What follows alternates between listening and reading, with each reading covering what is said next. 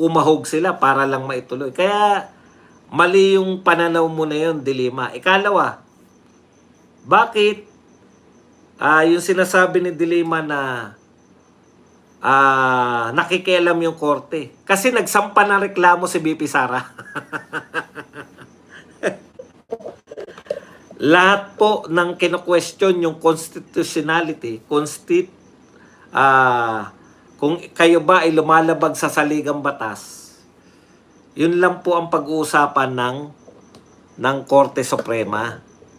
Titiyakin niya lang na kayo ay hindi lumalabag sa batas. Yun lang naman yung nareklamo eh. Ano po yun partikular? Diba sinabi mo na nga, Dilima? Ano yung sabi mo? Bakit pakikialaman pa yung unang tatlo? Kasi may provision sa saligang batas na isa lamang. Ulit-ulit na kami rito, Dilima. Yung mga viewers ko nabubwisit na. Dahil paulit-ulit na kami rito. Isa lang yung pwedeng entertain na impeachment complaint. Ngayon, tinatanong ng COMELEC, ano nangyari ng Supreme Court, ano nangyari dun sa unang tatlo? Bakit importante yun? Kasi sa impeachment court, nakalagay dun, sa impeachment, sa saligang batas, nakalagay dun yung mga gagawin. Pagpasa kay Secretary General, wala po siyang dapat pag-isipan. No? Titignan niya lang, ito ba ay may substance at nasa forma. Ipapasa niya kagad kay Speaker. Kaya pinagpapaliwanag yung Secretary General kung ginawa ba niya yon. Kung hindi niya ginawa yon, di may paglabag. Hindi po ba? At ikatlo, sabi mo nga, wala naman nilalabag, di magpaliwanag lang kayo sa Supreme Court. Kung wala kayong nilalabag sa na batas, gawain kasi ni Dilima yan eh. Sa mga kaso niya, ang ginagawa ni Dilima, kino-question yung judge. Tapos, sasabihin niya sa judge, ipapa-inhibit niya yung judge. Bakit? Kasi, kino-question niya eh. Palalabasin niya na may bias. Kaya palit ng mga judge yan eh. Hanggang makatagpo siya ng judge na, kung ako naman judge, lintik na to, questionin ako, tagal-tagal ko ng judge. O di, bigay mo sa iba. Ayokong ano rin yan. Kaya nakalusot yan eh. Hanggang makakita ng pumapabor sa kanyang judge. Nagkataon na nagbalikan yung mga yung mga baliktaran, yung mga witness. O di nakalaya siya. Hindi mo pwedeng gawin sa Supreme Court yan. Palalabasin mo na may maling ginagawa yung Supreme Court. Come on. Ikaw lang ang naglakas ng loob na questionin yung ginagawa ng Supreme Court. Balita ko, gusto sanang linisin ni Lisa ang ebidensya. Gusto sanang dalhin ni Lisa ang katawan ni Tantoco sa Pinas at ilagay sa sako. Talat ka. Ang tindi ng imahinasyon mo, dagos ah. Isako at ilagay sa tal. Sabihin mo, joke lang. Baka banatang ka na naman ng mga, may ganyan ba? Fake news ka. Hindi nila naintindihan yung pagkakaiba ng fake news tsaka ng mga joke eh. Tsaka wala sila yung degree. No? Sa kanila, yung paglabag na jaywalking at paglabag na murder, pareho. Rudy's Locksmith ng Cebu. Yan. Thank you very much sa 249 pesos na pangkape. Nagpunta sa dahig sa ganang mamamayan kasama si Eden Santos. Talaga? Ayos ah. Sabi pa ni Com Rowena Guanzon, ngayong araw, Doc Batong, bad day for Auntie Claire. Sakit sa ulo nito. Wala si Eden. Sayang, no? Inaabangan ko pa naman yung tanong ni Eden. Meron isang maganda, yung bata-bata reporter eh. Sa politiko yata yun, o bilyonaryo. Yari kayo dyan, pag nagtanong yung mga bata. Pag natuto na sila magtanong kay Auntie Claire. Boss, may magaganap ba na eksenang mala Zelensky sa pagkikita ni BBM at Trump? Small time.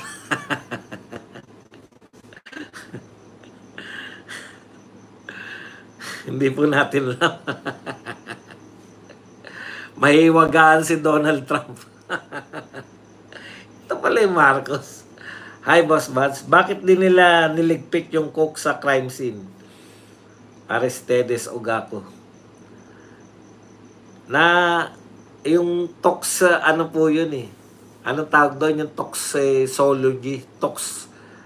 Ang sinukat po kay ano yung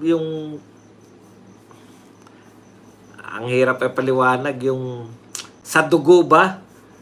Yung toxin ng katawan. Toxicology.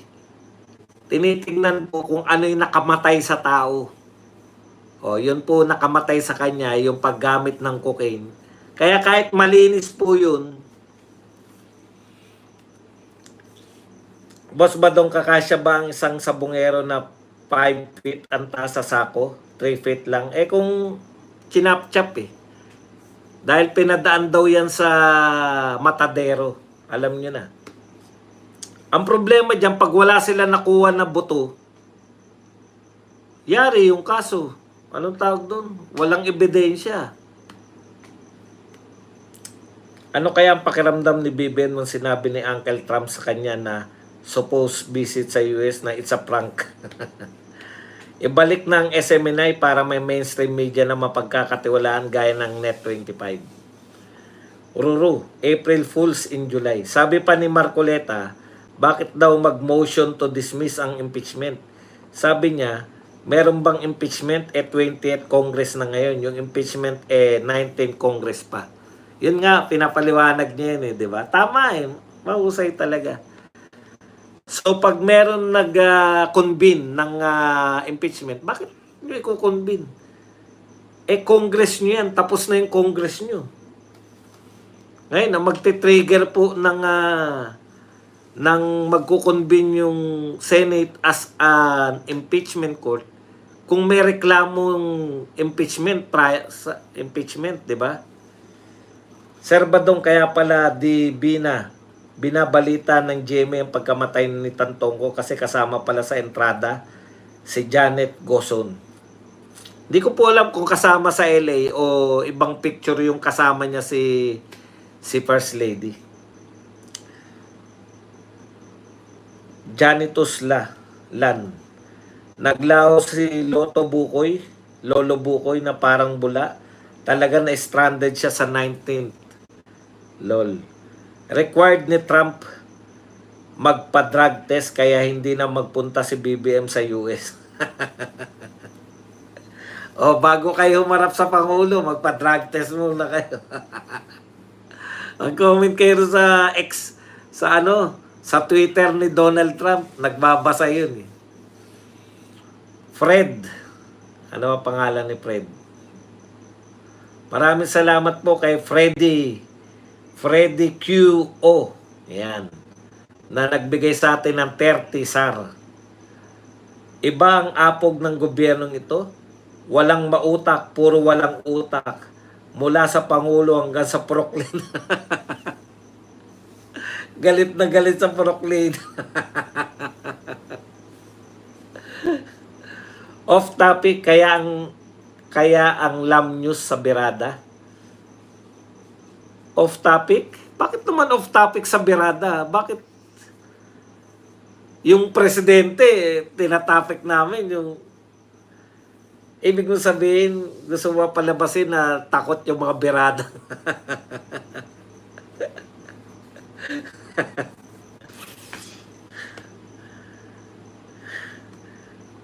Jimmy, delete pa more. Halata talaga kayo. Regards mo naman kami kay Arnold M. Minus the Piluka from Shopee. Lahat talaga ng ano rito sa Jimmy, no? Baka nagamit sa negosyo ni Diwata sa pares-pares. Dapat talaga maher. Pulicultes. Boss, di mo ba nabanggit si Trillanes sa mga banat mo ngayon? Kasama sa grupo ni Dilima yan. Alam mo, Ranger, pag wala ng bilang, hindi na binabanat. Si Lenny nga, hindi ko na binabanatan. Pag wala na po, kasi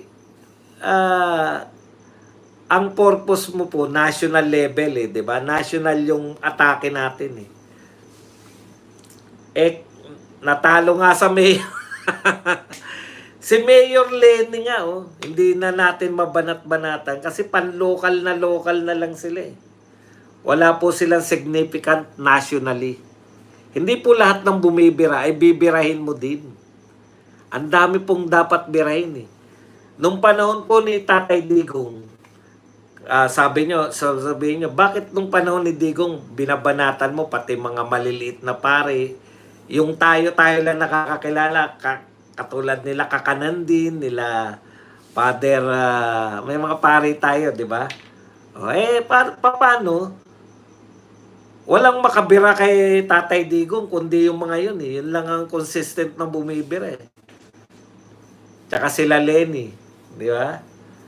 Kumbaga, sa onti ng nabibira natin. Sino lang ba yung binibira natin nung panahon ni Tatay Digong? Sino lang ba yung palaangal pa? Makabayan, Dilawan Kakamping, o ano pa? Dilawan Kakamping kaya mga yan. Wala silang maibira eh. Ang masisipag na bumira yan sila Kakanin din. Meron pa tayong binabanata na talagang hindi ko na nga makilala kung sino ngayon eh. Chinatsaga ako. Alam niyo, dito ang dami. Ang daming issues. Ang dami talaga. Hindi ka mawawala ng mababanatan eh. Good evening to you, Sir Badong, and to your entire intellectual, patriotic Filipino followers. Your mainstream media there in the Philippines is utterly despicable, especially that garbage GMA. Tindi talaga ni Auntie Laila, Doc Badong, pati informer pinasok na niya. Pati Supreme Court gusto niyang sagasaan. Makabayad, akbayad, trio ng CPP. Yan, lol, puro pera. Boss, atin-atin lang to ha. Huwag mong isabi, iba. Ikaw arranger, masyado kang may obsession ka kay Trillanes. Kasasabi ko lang, 'di ba? Kasasabi ko lang, wag na nating patulan yung mga wala namang mga kakaiba siyang sinasabi. Alam niyo yun? Talunan na nga eh. Alam niyo po, ito patakaran ko sa buhay. Ang patakaran ko sa buhay, arranger, alam ko may ginagawa ka alam ko yan, meron kang sumisimple ka lang na may gusto kang malamang may gusto kang kay Trillanes, magkakaroon pa ng. Ang point ko lang, nagtitira ako lagi, no? Makatao kong kalaban eh. Pag yung kalaban mo durog na tirahan mo ng. Ako, ganito yung sinasabi ko sa misis ko. Kasi dami namin nakakalaban eh. At madudurog ka pag kalaban mo ko eh. Yung talagang yung lupasay yung pagkatao mo. Tirahan mo pa rin sila ng dignidad. Bakit? Halos hindi na nga makagulapay. Tirahan mo ng dignidad kasi may anak yan eh. May mga apo yan, may kapatid, may magulang. Tiran mo ng konting dignidad para makauwi ng bahay na taas pa ang noo. Ganun po mag-treat ng kalaban. Yung kalaban na down na. Wala na halos maibato sa'yo. Burado na. No? Tirahan mo ng kaunting dignidad para sa kanyang mga anak, para sa kanyang pamilya. Para uuwi siya na may kahit papano yung dignidad niya intact pa rin. Hindi naman tayo ganun kasalbahing tao. Na down na yung mga tao, pinupulbos pa natin. Hindi po tayo ganun. Makatao po si Badong. Lagi yan, kung meron akong masasabi sa inyo, paano makipaglaban sa tao, pag down na, yung naitulak mo na wala na siya mapuntahan, tiran mo siya ng dignidad. Yun lang. Dignity. Para makita niya pa yung sarili niya na tao. Makakauwi pa ako, mayayakap ko pa yung mga anak ko. Walang kasalanan kasi yung anak eh. Magtitira kayo lagi dun. Gusto niyo ba yung ginagawa kay Tatay Digong na halos tanggalin na lahat? Pero, yun po yun. Wala na nga halos ilaban eh. Lupasay na nga eh. Ikaw, napakalakas mo. Anong gusto mo ba? Ibaon pa yan? Durugin pa? Hindi po tayo ganyan makipaglaban. Kung defeated na yung kalaban, magdiwang tayo, nanalo tayo, pero para durugin pa yan, yung buong pagkatao eh, bistayin pa. Pag may natira pa sa bistay, dudurugin mo pa. Huwag naman ganun. Makipaglaban tayo ng laging may humanity. Alam niyo yun? Talo na lang. Hindi na nga makagulapay sa pagkatalo. Dudurugin niyo pa. Yun lang. Kung maniniwala kayo sa akin, kahit hindi pala kayo maniwala, ganyan po ako. Pwede ko nang durugin yung mga nakalaban ko eh. Ano ba ginawa ni Duterte? Perla Silapan, hindi ko alam kung tulog ka ba ng 9 na taon ka natulog. Ngayon ka lang ba, kagigising mo lang ba? Nasa ospital ka ba? Wala. Ano ba nagawa ng Duterte? Alam mo, mahirap sa tao yung nagmamaang-maangan. Alam mo yun? Parang ganito lang yan na anong pangalan niya? Perla Silapan. Huwag mong i-deny. Huwag ka maligo ng 10 araw tapos i-deny mo na may amoy ka. May problema ka nun. Ganun po yung mga Duterte. Itatanong mo ba, gusto mo ba palabasin na wala nagawa yung mga Duterte? Wag tayo magpikian dito. Pwede siguro yan sa ano nyo, sa kung ano man yung samahan na pinanggalingan mo, kung ikaw ay loyalista o galing ka sa mga dilawan o sa mga kakamping, pwede kayo magbulahan doon. Wala naman nagawa si Duterte, di ba? Oo nga, wala. Pero dito ka pupunta sa Duterte at tatanungin mo kami na i-convince mo kami na wala nagawa si Duterte. Di ba? Uwi ka na lang. Naaawa ako sa iyo. Kasi wala kayong yung realidad, tinakasan ka ng realidad. Baka kasi hindi kita babanatan, Perla, alam mo kung bakit? Baka kasi makita ka na lang namin na tumatawa. Okay na yan.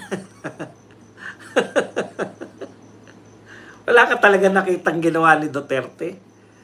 Malapit ka na yung sa mga tumatawa at saka nag-English.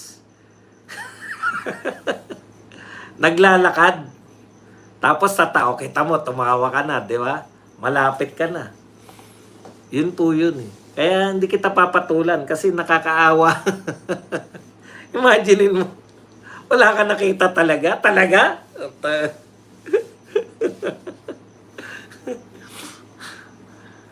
Ano ba sinadabi? Alam ko na hindi mo naunawaan yung sinasabi ko, pero eto lang ang payo ko. Pag hindi ka masyado nakakaunawa, tangu-tangu ka lang. Magmumukha ka matalino. Marami na nakagawa niyan. Putya, malalim tong tao na to. Tumatangu-tangu lang. Okay na, Perla. Tawa-tawa ka lang. Ganun.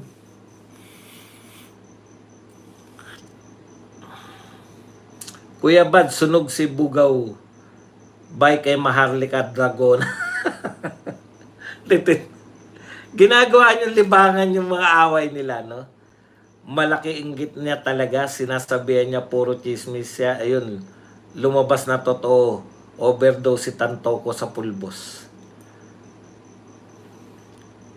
Comic Academy ang source ni MD at si Dane Chase. Sino naman si MD? Comic